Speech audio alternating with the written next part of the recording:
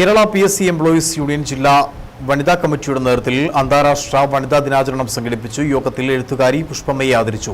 അനൂപ് പങ്കജ് വനിതാ ദിന പ്രഭാഷണം നടത്തി. പുതിയ തലമുറയുടെ ലഹരി അക്രമങ്ങൾ വർദ്ധിച്ചു വരുന്ന സാമൂഹ്യ ചുറ്റുപാടിൽ പലപ്പോഴും സ്ത്രീകളുടെ സുരക്ഷ ചോദ്യചിഹ്നമാവുകയാണ്.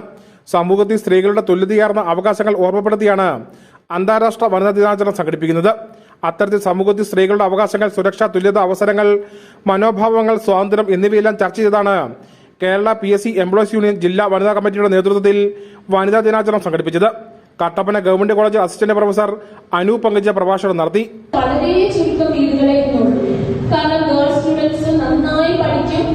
അവർക്ക് എനിക്ക് തോന്നുന്നു ബോയ്സിനെക്കാളും അധികം വേഗത്തിൽ ജോലി കിട്ടും. ഞാൻ കണ്ടുവരുന്നതാണ് ഇപ്പൊ കുറെ വർഷങ്ങളായി. അപ്പൊ എല്ലാവരും ജോലി ചെയ്യുന്നവരാണ്, അച്ഛനും അമ്മയും ഒക്കെ. അപ്പോ അച്ഛനും അമ്മയ്ക്കും ഒരേപോലെയുള്ള ഉത്തരവാദിത്വമുണ്ട്. അതായത് നമുക്ക് ഒരേപോലെ ജോലിയുണ്ട്. നമ്മൾ വീട്ടിൽ ചെല്ലുന്നത് എനിക്ക് തോന്നുന്നു. യോഗത്തിൽ കൊളുക്കൻ എന്ന നോവലിലൂടെ ഊരാളി ഗോത്രത്തിന്റെ സംസ്കാരവും ചരിത്രവും ജീവിതവും അടയാളപ്പെടുത്തിയ എഴുത്തുകാരി പുഷ്പമ്മയെ OR വത്സ, VM മിത്ര എന്നിവർ ചേർന്ന് ആദരിച്ചു.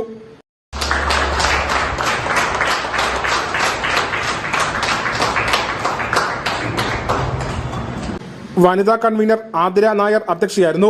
PSC എംപ്ലോയീസ് യൂണിയൻ സംസ്ഥാന കമ്മിറ്റി അംഗം CJ ജോൺസൺ, ജില്ലാ സെക്രട്ടറി സുജിത കൃഷ്ണൻ, ഗീതുമോൾ സുധാകരൻ, ജോസിന ഫ്രാൻസിസ് എന്നിവർ സംസാരിച്ചു.